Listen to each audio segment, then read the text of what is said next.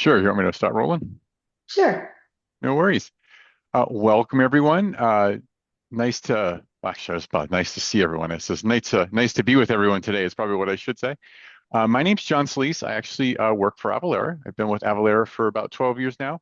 Been doing state and local taxation probably for a little over 30 years, focusing in on the tax automation piece for probably the last 22.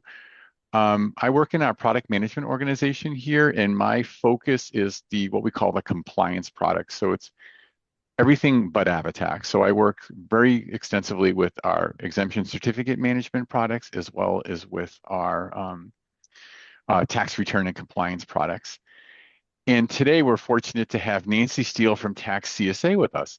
Nancy leads the Tax CSA's exemption certificate management practice and was named Sales Tax Nerd of the Year back in 2022, a title she proudly embraces. She's a true power user of the Avalara ECM product we're going to be seeing today, helping organizations not only get a fully operational system in place, but also build the processes that keep their exemption certificate programs running smoothly long after go live, which is extremely important and why we're all here today. Nancy works closely with Avalara customers on certificate validation, email campaigns, and cover letter creation, system settings, workflow optimization, and Q&A with their own clients, along with ongoing certificate maintenance so they stay organized and audit ready. She's been known as a bit of what we call a compliance detective, digging into state requirements, regulations, and documentation to make sure everything lines up correctly. So if you're looking to get more value out of your ECM investment, you're in the right place. With that, let me turn it over to Nancy. Thanks everyone for joining. It's great to be here. We have a pretty tight schedule here. We got a lot to cover in a little bit of time. Frankly, I could talk about all of these topics for an hour each. I will not be doing that. Let's go ahead before we get rolling here and start off with a poll question. Hey, everybody. Can y'all see the poll? We can. All right. Number one poll. How confident are you in your current exemption certificate compliance? Very confident, somewhat confident, not confident. I'm honestly not sure. Is everybody being able to see the results as they populate? We are, yeah. Awesome. Pretty good. Wow, we Well, got a pretty educated, okay. yeah. All right. 100% answered. Thank you, everybody. Excellent. Okay, so first of all, we're going to talk a little bit about why companies need to collect exemption certificates. You really want to document all those tax exempt sales. You either have to charge the tax or collect a certificate. Those are your choices in order to be compliant with the state. You really want to make sure you're avoiding that liability for any unpaid sales tax to states. And exemption certificates more and more are becoming a low-hanging fruit for auditors. They're going to want to see those documents, review them to make sure they're complete and correctly exempting your sales. So you want to have those ready and be confident that they're available in the case of an audit. You want to have these certificates on hand so you're compliant with state regulations. And as we all know, the answer to any sales tax question is it depends on the state.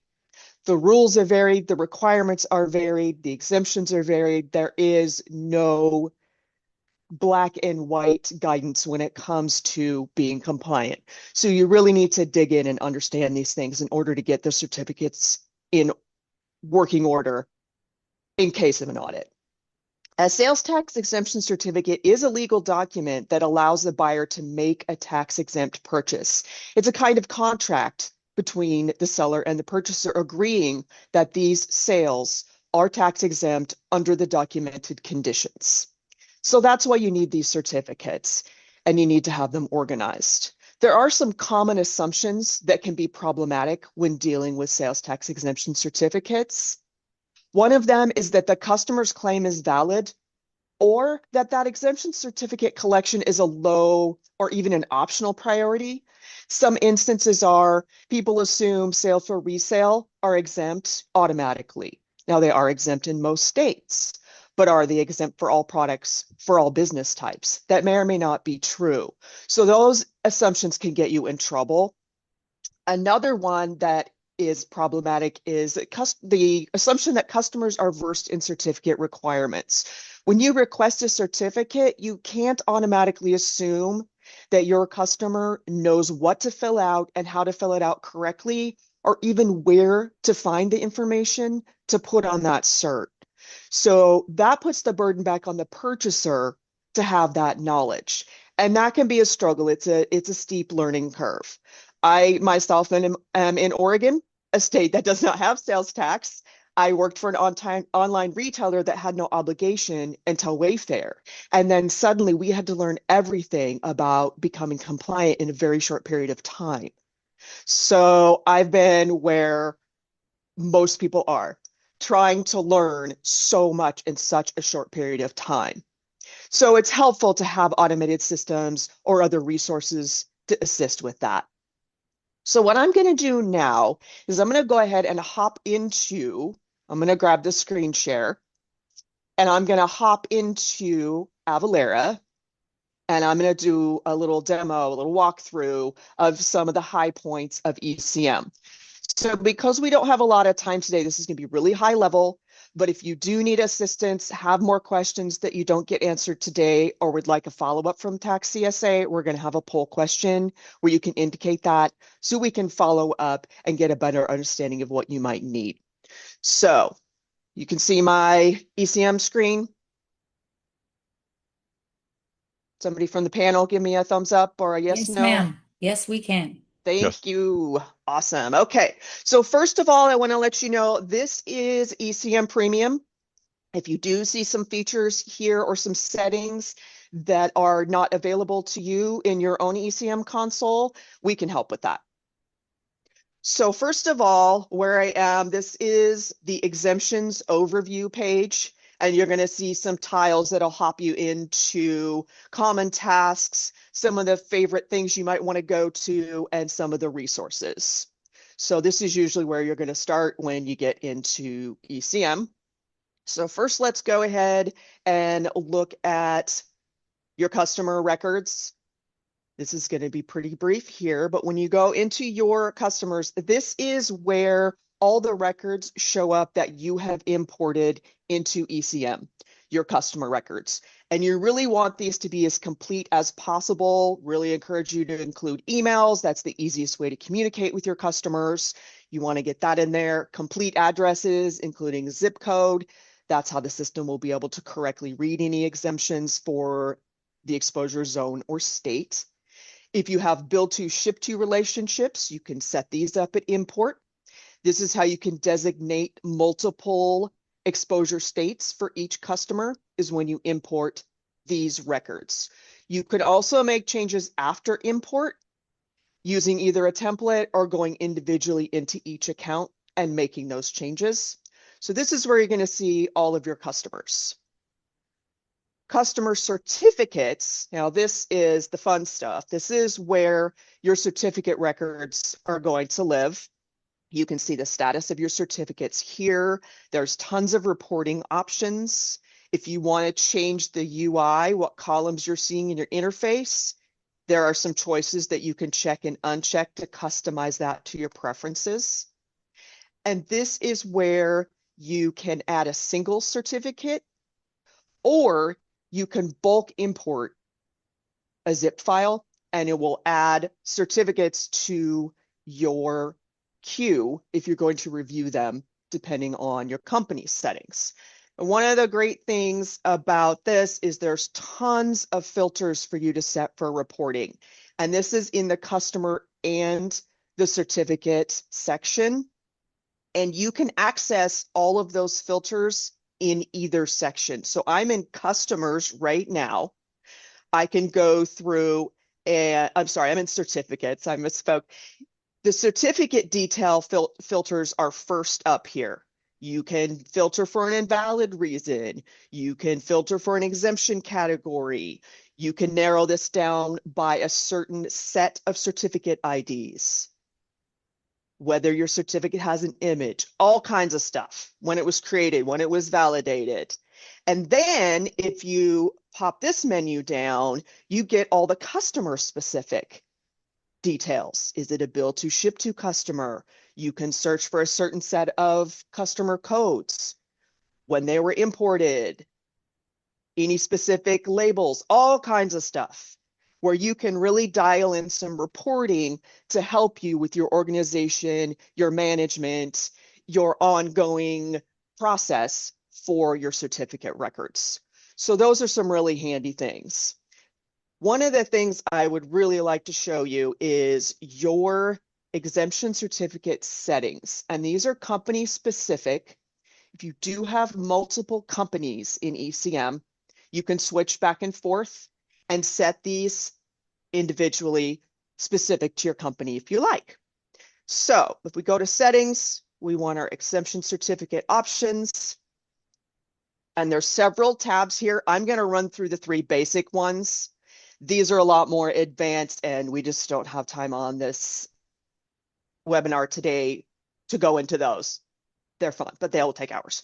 So your general settings are just going to help you out with those incoming certs, what you're going to see, how those come to you, and things like that. So this is kind of a handy field here where you can fill in a basic description of your products, and certificates that come in through the CertExpress portal where required by the state, this would autofill.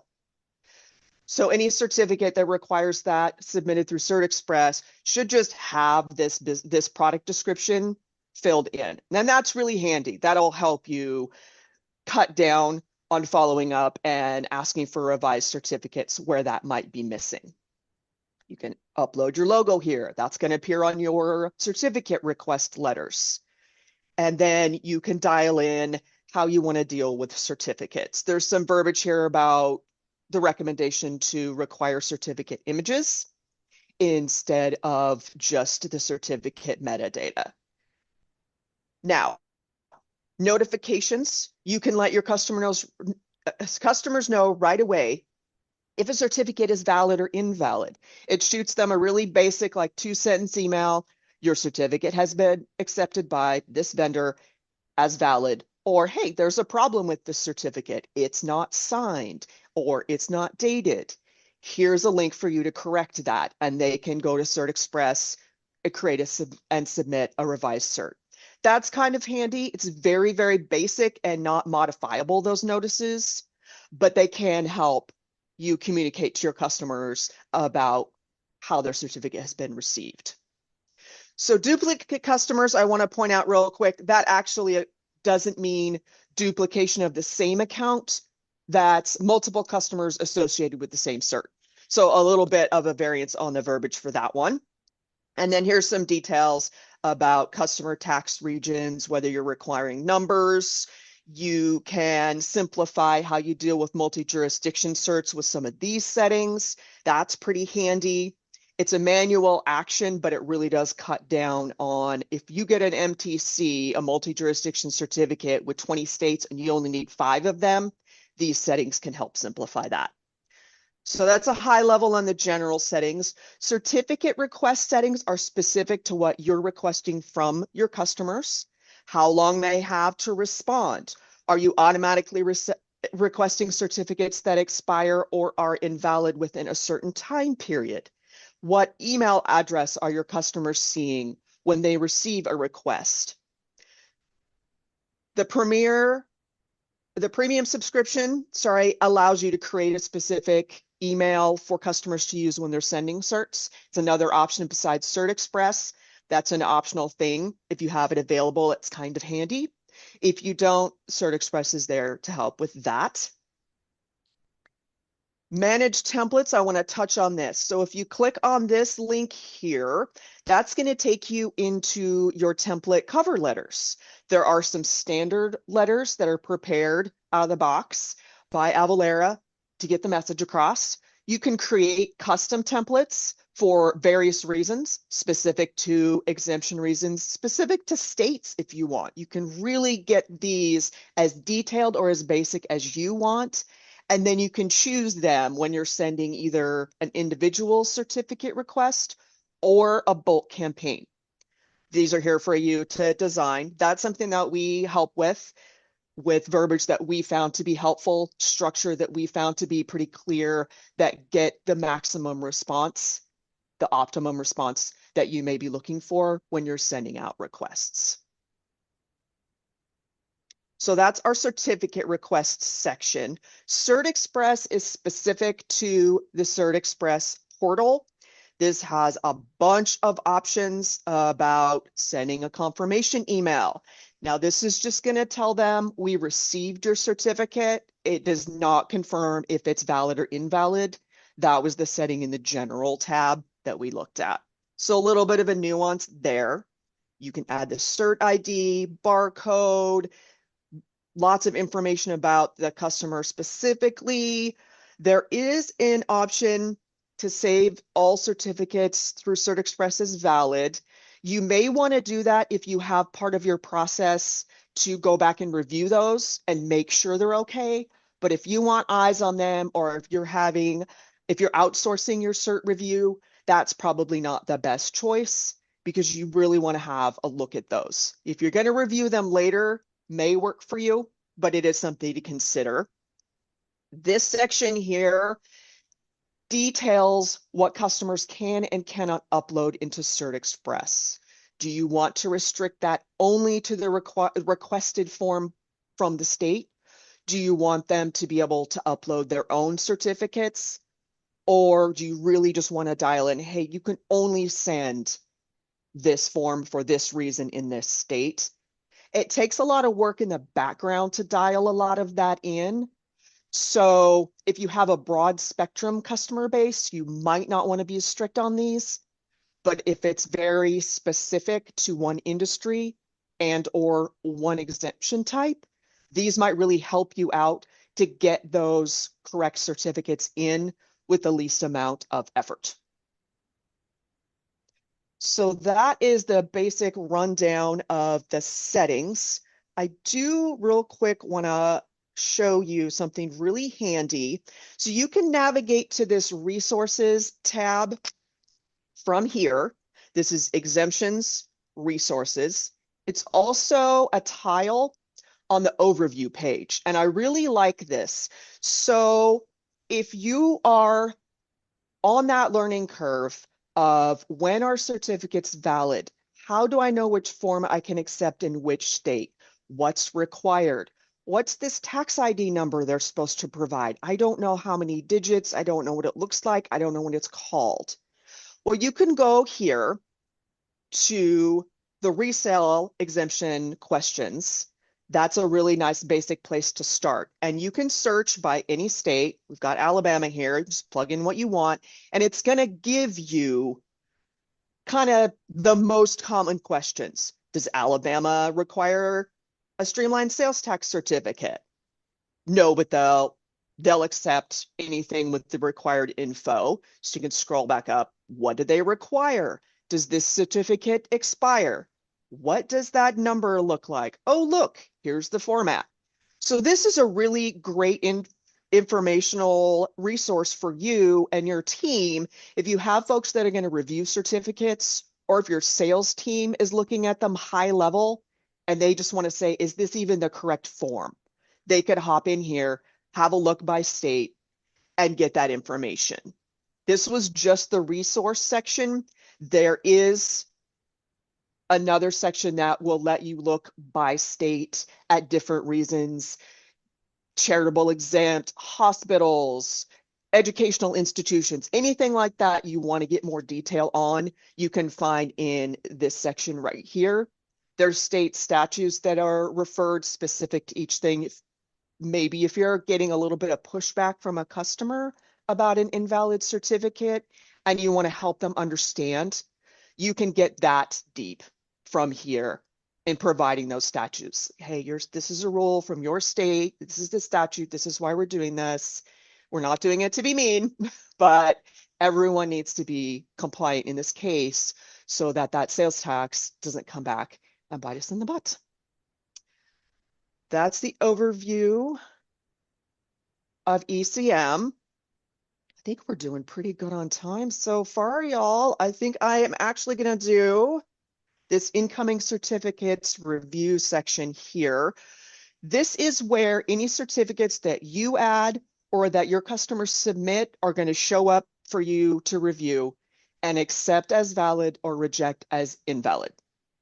So this is where they all come, either by email, manual upload, or through Cert Express. You can manage these columns, and that's one of the things you can see is how did it get here? There's dates, the customer name, customer code. Oh, there we go. The region of exposure, those are all here. So just for fun, if we want to look at one, it's going to show you the cert image, and I'm sure a lot of you have been through this, the details that you need to process this certificate.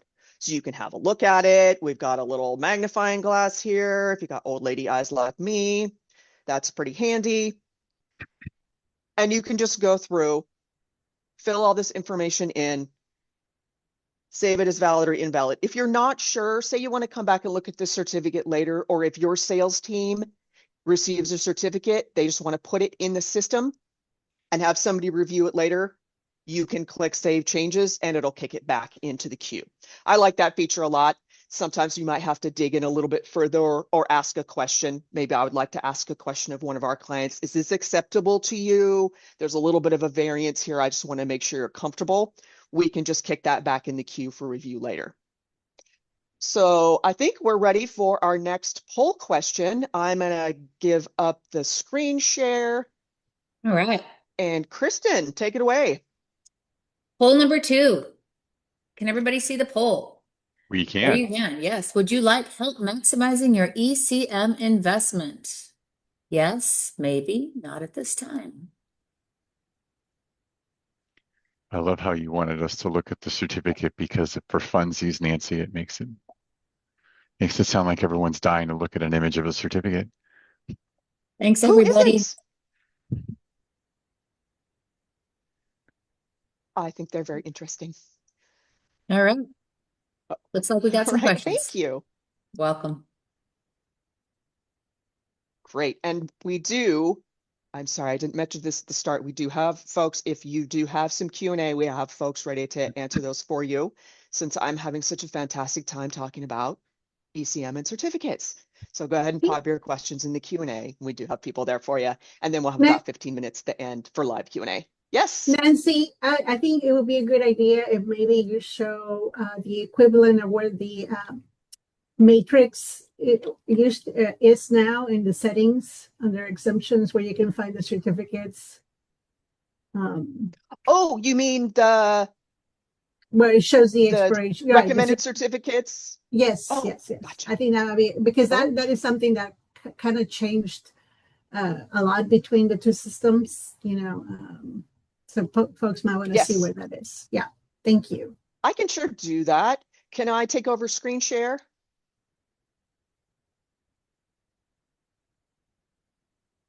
Let's go back into ECM. Okay.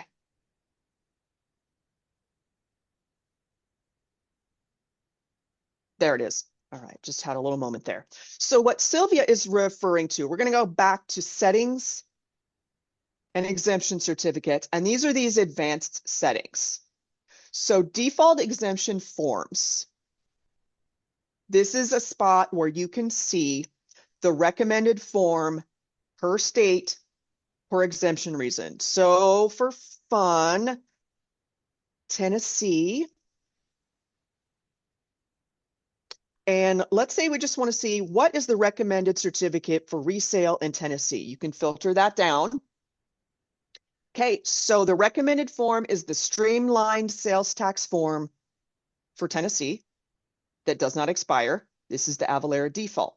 Now, you can go to details and you can say, you know what?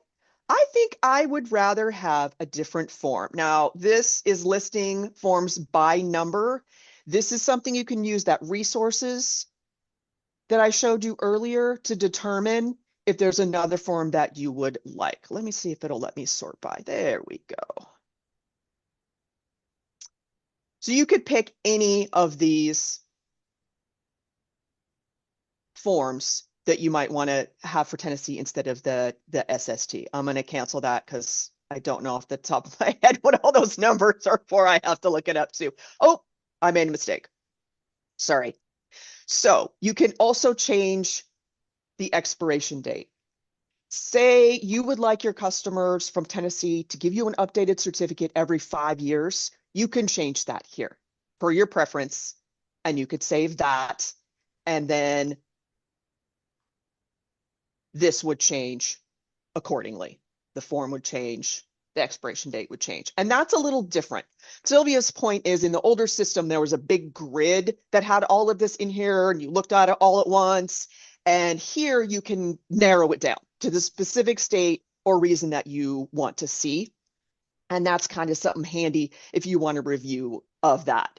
And then I can't help myself. Advanced settings is going to show you the regions where you collect certificates. So you can toggle those actually on or off. If you're only collecting in 5 states, you might decide that you don't ever want to request at this time. I shouldn't say not ever. At this time, you don't want to request certificates in Colorado. You don't have Nexus there. You have no obligation. Don't want to mess with it.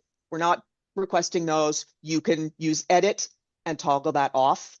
And then let's say in 5 years, you expand your business, you're registered in Colorado, you could toggle that back on.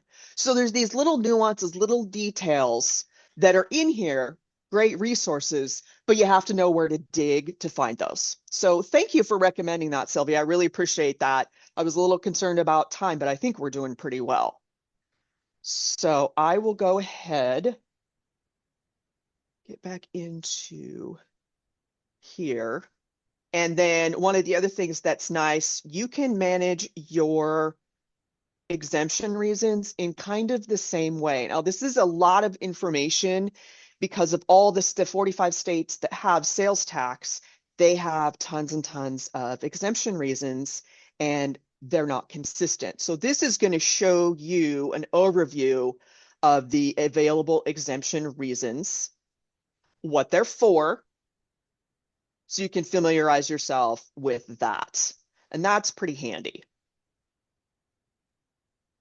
You can also toggle those on and off. If you don't ever need with your customer base and your products, you don't have any that would be eligible for a medical exemption, you can actually deactivate that.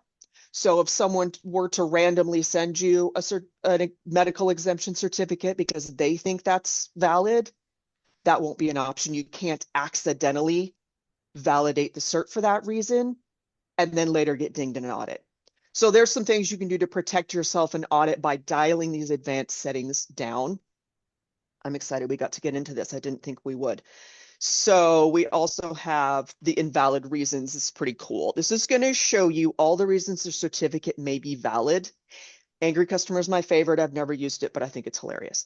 So one of the things we like to do when we're going into management of certificates for a client is run through these rules and dial in basically your tolerance level as to where you think this would be a really big red flag for an auditor for you, or some of the cases where you're like, that's not a thing for my company. I don't need to worry about that.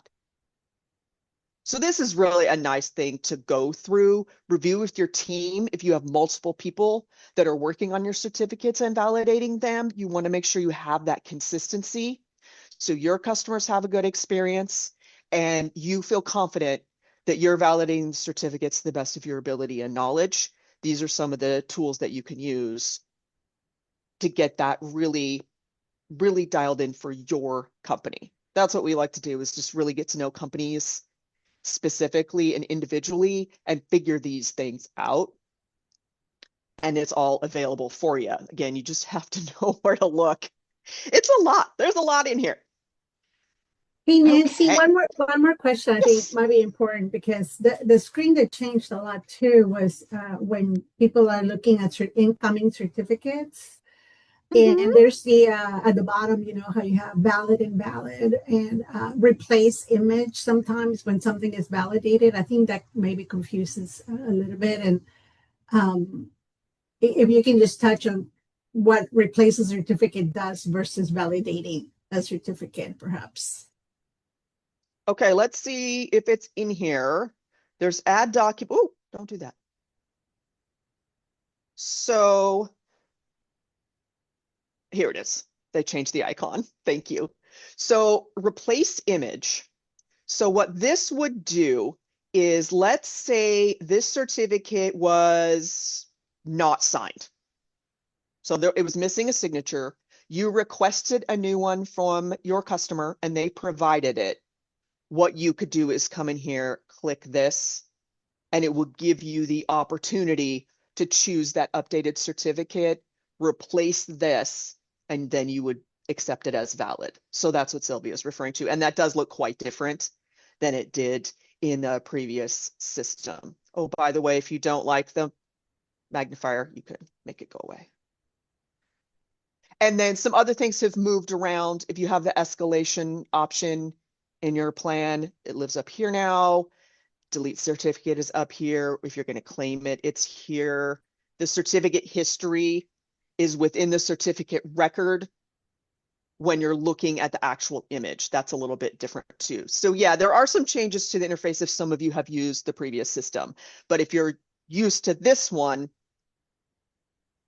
this is all probably looking at least relatively familiar. But I do like the Save Changes button too, because I'm not quite ready to accept, but I've already put all this info in. I don't have to come back and do it over when I get back to this record. So that's pretty handy. All right. Okay.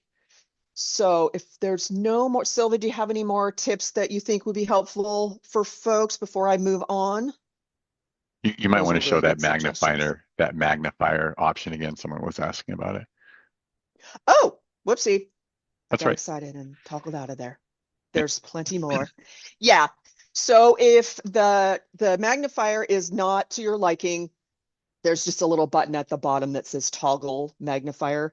And when you toggle that off, then it will stop showing you that.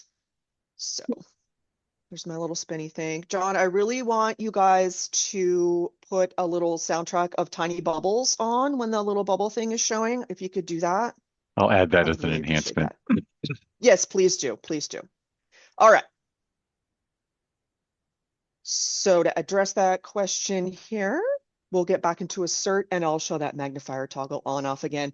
It can be distracting, but a lot of times I noticed, especially with multi-jurisdiction certificates, the number is so tiny that I like it. But Yeah. okay, so here it is down here. We're looking at our cert. Oh, there's the date. I don't like that. And you toggle it off and it's not there anymore. So that's how you do that one. All right, thanks. So I've got another 10 minutes here. This is fantastic. So why would you want to potentially outsource your certificate management? I think what it really comes down to is your staff bandwidth and your company resources. If you have people that are inheriting this as part of another job, I have talked to so many people that's what happened. Their obligation changed with Wayfair, or there was an acquisition or something like that. That workload may have grown and it may be growing in the future. So does your staff already have the bandwidth to take this on? Do you have a designated person? Or is your company open and do they have the available resources to hiring a full-time person just to manage certificates? How are they trained? Do they have the knowledge? Do you have to invest in that? Where do they get trained? As most of us know, there is no real way to learn this other than to do it. When you're a CPA, you don't have a whole course on sales tax exemption certificates because it's not necessarily pertinent to that training.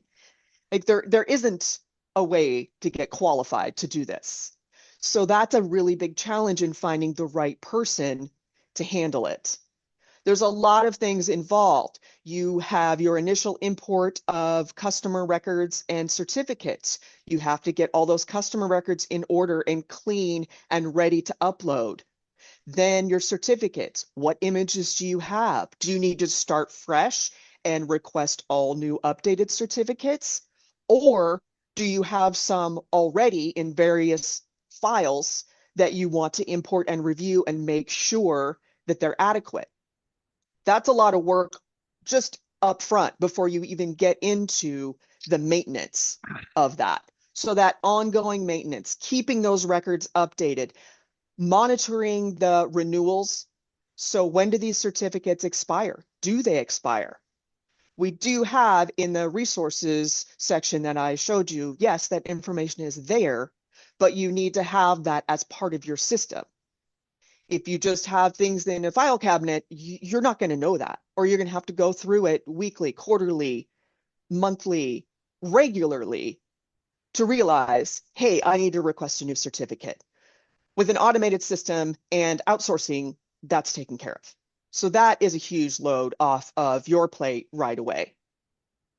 And the whole point, as I stated at the beginning of the presentation, you want to maximize your compliance and reduce your audit risk. And that is really hard to do if you haven't dug into this, spent hours and hours of time in this, and really familiarize yourself with requirements, systems, tools, and ongoing maintenance. It's a lot. So that's really important. I don't know how anybody could do this without an automated system. That would be terrifying. Automating and outsourcing also allows for scalability. So as your business grows, your system is going to be able to grow. You'll be able to add new states. You'll be able to deal with acquisitions. You'll be able to grow your business without having to constantly worry about maintaining those exemption certificates as you expand and change.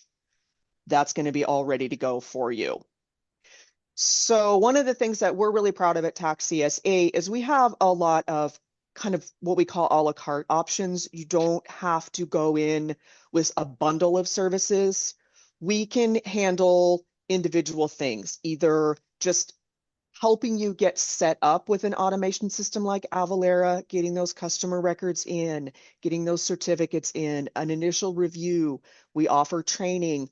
You can pick and choose what works best for your company at any given time, and we can grow with you. We can scale that. We can scale back whatever you need.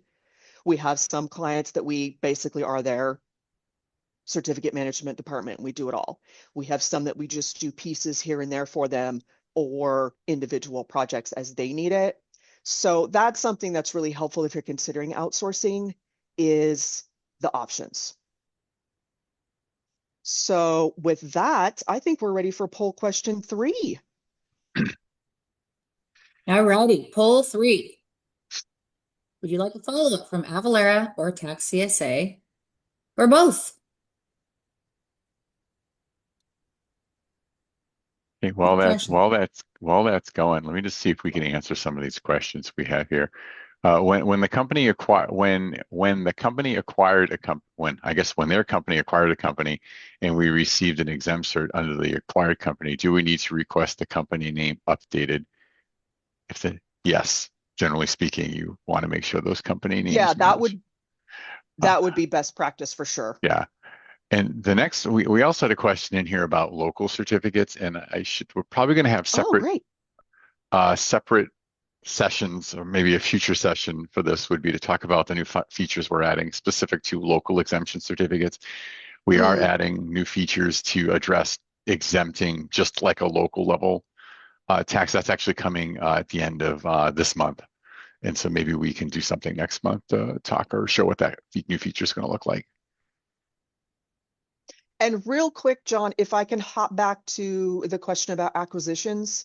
Sure. And requesting the updated name, that is where it's great to look at those template letters. You can structure one just for that.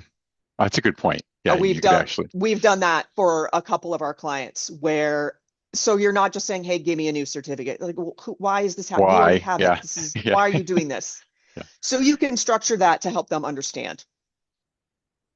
Exactly. So might as well roll right into Q&A here. I was hoping we'd get some extra time for that. So yay.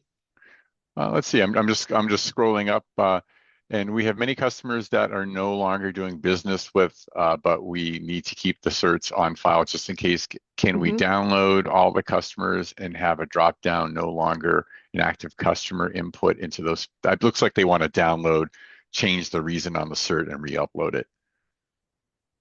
And there's a certificate label that says no longer customer. And we just did a client project like this where they went through, they identified their inactive customers using, let me grab. Oh, can I have screen share again? I'll let you. Please. Thanks. Too kind. All right. So we're going to go back and I'll show you what I'm talking about, certificate labels. I'm trying not to talk too fast because I get real excited about these things. Okay. So we're back in ECM and here's this certificate again for Texas. So here, certificate labels.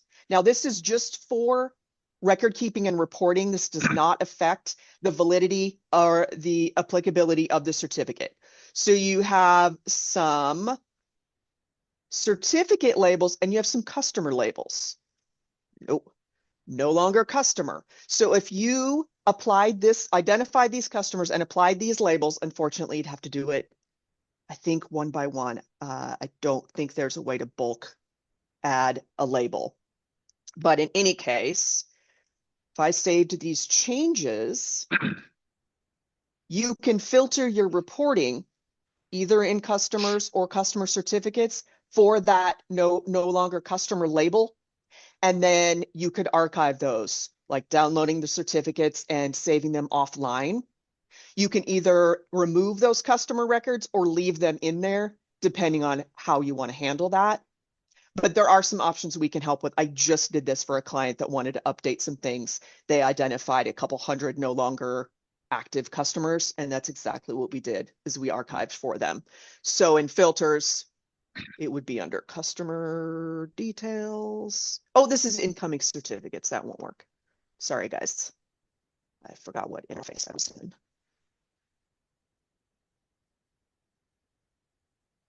Okay, so we can go to,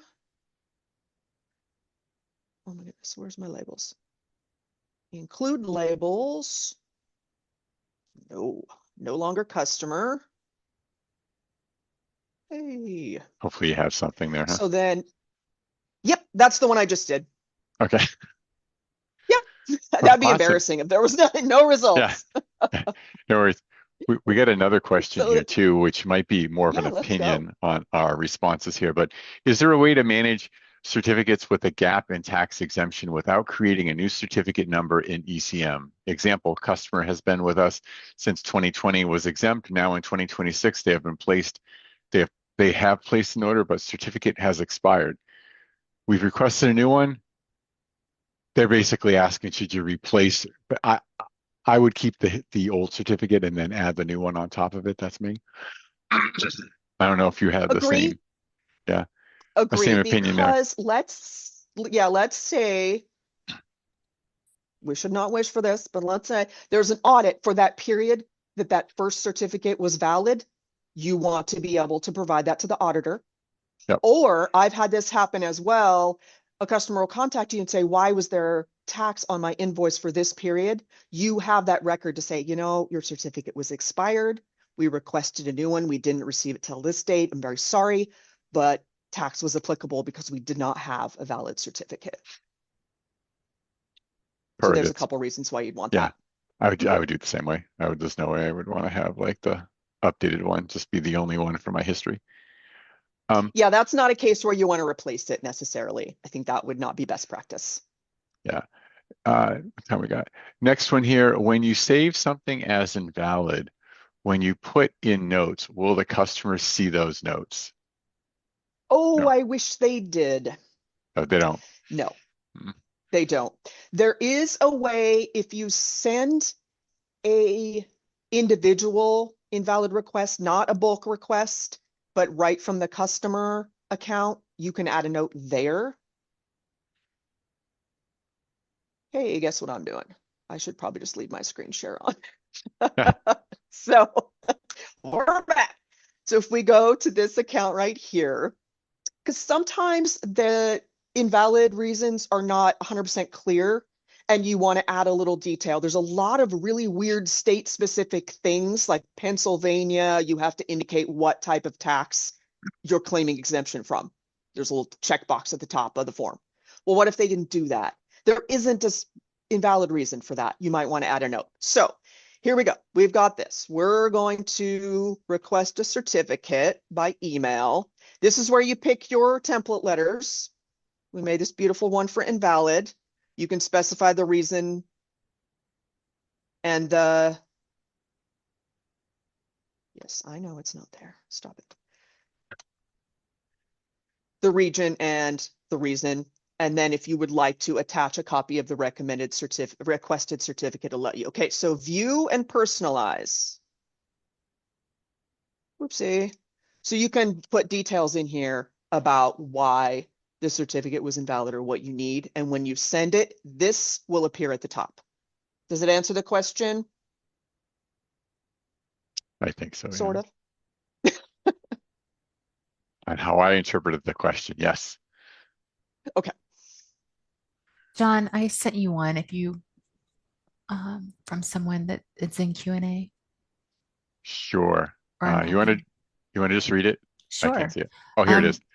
I got it. When Okay. I receive the certificate and update as invalid, customer receives email notification from the email ID of noreply@avalara.com. Mhm. Where is the option to change the sender email address? We don't want any email Great notification. question. You already knew the answer before I finished. Great. Oh, yes.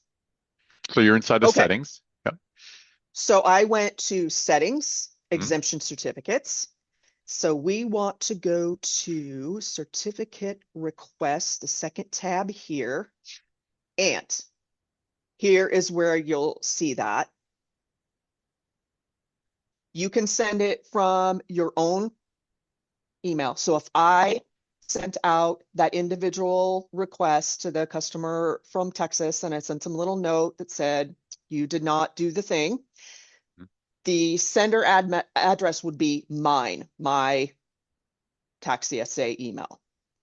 That's not my favorite for big campaigns. I don't want 1,000 people Emailing you. emailing me with questions to that. Now, this option I really like. It is, again, just in the premium, and you can set this up.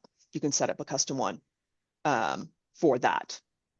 So there's not a ton of options, but we can help you dial that in and set that up so you're not using that no reply. I think that sometimes gives people pause with all the spamming and the viruses and whatnot. They may not want to click on that. Is that what you're getting at with your Yeah. question? That's what I'm feeling. Okay. Yeah, I'm feeling it too. All good. I wish all the states had expiration dates on their tax exempt certificates. Yeah, me too. Instead of trying to guess. Yes. Yes. And that's where you can go into the resources and check. And some of them say really silly things like no expiration date, but recommended that you do this. Yeah. So what does that mean? Yeah, I Illinois. personally, in practice, I don't know about you, Nancy, but like in practice, I'm like, if there's no date, I say 4 years. Is that? Yeah, is 4 that or where 5. Yeah. Mm-hmm. Yeah, I'm just and like, that's where you would go into those advanced. default exemption forms. And it's a lot because, again, every state, 45 states, however many reasons is all in there. But you can trim that down. You can customize that. You can deactivate the reasons that aren't applicable to your business and really focus on the 4 or 5, hopefully, that apply to you and the states where you're obligated to collect, and dial those in, and we can help. So yeah, I agree with you. It is best practice to request them periodically. If your customer has an acquisition and their ownership changes and that comes up under audit, you may be in trouble. Yeah. All good. All good. I don't think we had any other, we just check here. Am I missing any, Angel? We have a few over here. I can basically go ahead. We have time. You can go ahead and read them. Yeah. So John, this one's for you. Are there any plans to notify your clients or users in advance of new features or changes or enhancements that are going to be introduced for ECM? That is a great question. So I'm new to the product organization here at Avalara. I've been here for a couple of months, and that's one of the things I'm instituting is new feature releases, a new feature release process and user notes. So believe it or not, there are user notes that get put down each month when systems change, but like not everyone knows the spot they need to go to look at that information. So the idea is we're releasing a number of new features this year to support a couple of industries. And how are we going to be informing our customers? We're going to be changing how we send our notifications out and where the notes get placed on like what's changing. We're actually adding some new features to be able to do that. Stay tuned on it. It's probably going to be in the form of an email, but that is all happening by the end of this month. That's great. Yeah. Okay. Nancy, this one's for you. Mhm.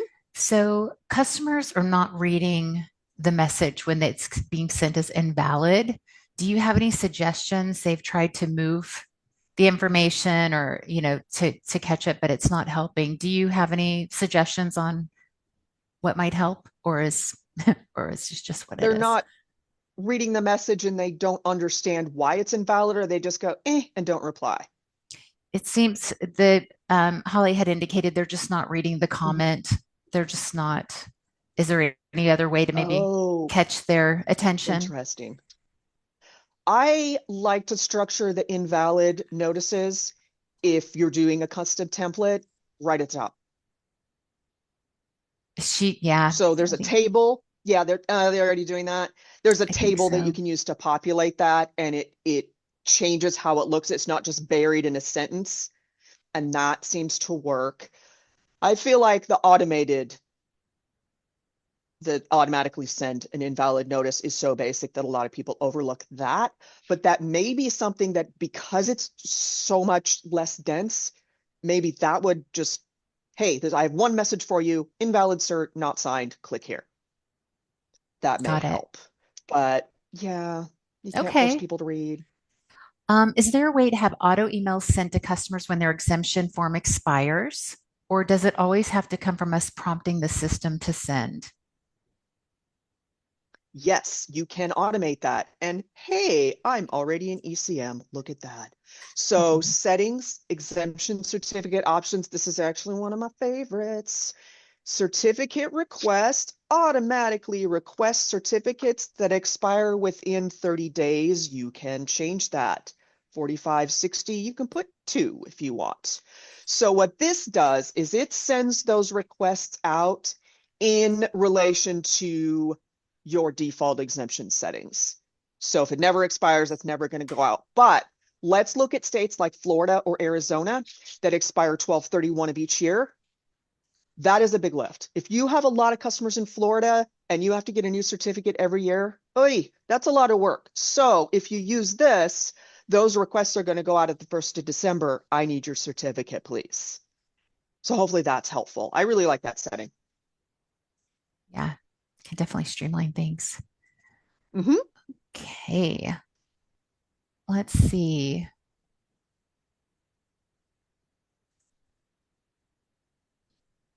What about the Avalara defaults under the default exemption forms? Oh, looks like someone's wanting to, and I know we have about 5 minutes left here. Do Okay, you want let's see to? what we get through. Okay. So what's the question? Do they just want to know more about these I think kind of, defaults, yeah, how what are they're those? set? Yeah, what is this? What are these default forms? Okay, so what this is Avalara has determined the most recommended form, the one that causes the least amount of confusion and difficulty, I think, are a lot of the parameters for each state for each exemption reason. So you'll see here, these are all for Alabama. Reason for exemption, it lists all the valid exemption reasons that are in Alabama. There's a lot of them. And then this is the recommended form. So Avalara is saying, hey, if you have a resale customer in Alabama, you should probably ask for a copy of the MTC. There are other acceptable forms. I just know that off the top of my nerdy little head, but this is going to get you what you need to meet the requirements for Alabama. It expires at the end of the year. So again, whoops, we want to go to details. Sorry, I was clicking on the wrong thing. You do have to do some homework. That's where we can help you out. If you decide you prefer not to use the MTC for Alabama, well, these are all numbers for a bunch of different states. I don't understand what this means. So you need to do a little bit of digging. That resource tab can also help you. If you go to the resale questions, it's going to say this is the form number for this state, and then you can locate it in here if you would prefer to use a state specific. I think one of my best examples is New Jersey for resale. Pretty sure the default is the streamlined sales tax. It sure is. New Jersey does have a state specific form. I do have a couple clients that are domiciled there. They want the New Jersey specific form. They feel it's better for their purposes. So we helped them figure that out and change this default. So hopefully that answers the question as to why these are there, how they got there, and how you can personalize it if you need to. Thank you. Awesome. Well, hey, I think we are. Is there anything else you wanted to add, Nancy?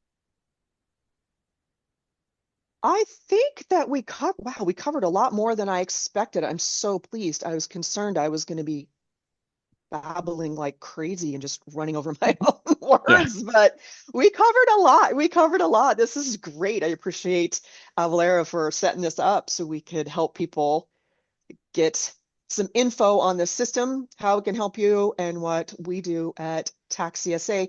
Kristen, do you want to wrap up on that at all? How to get hold of us, where you can find us? If anyone is interested in following up with Tax CSA, the QR code on the slide is a link to our website. And feel free just to put in a note that you'd like someone to reach out to you, and we'd be happy to follow up. Thanks everybody for joining today. It was a great session. Thank you. Thank you.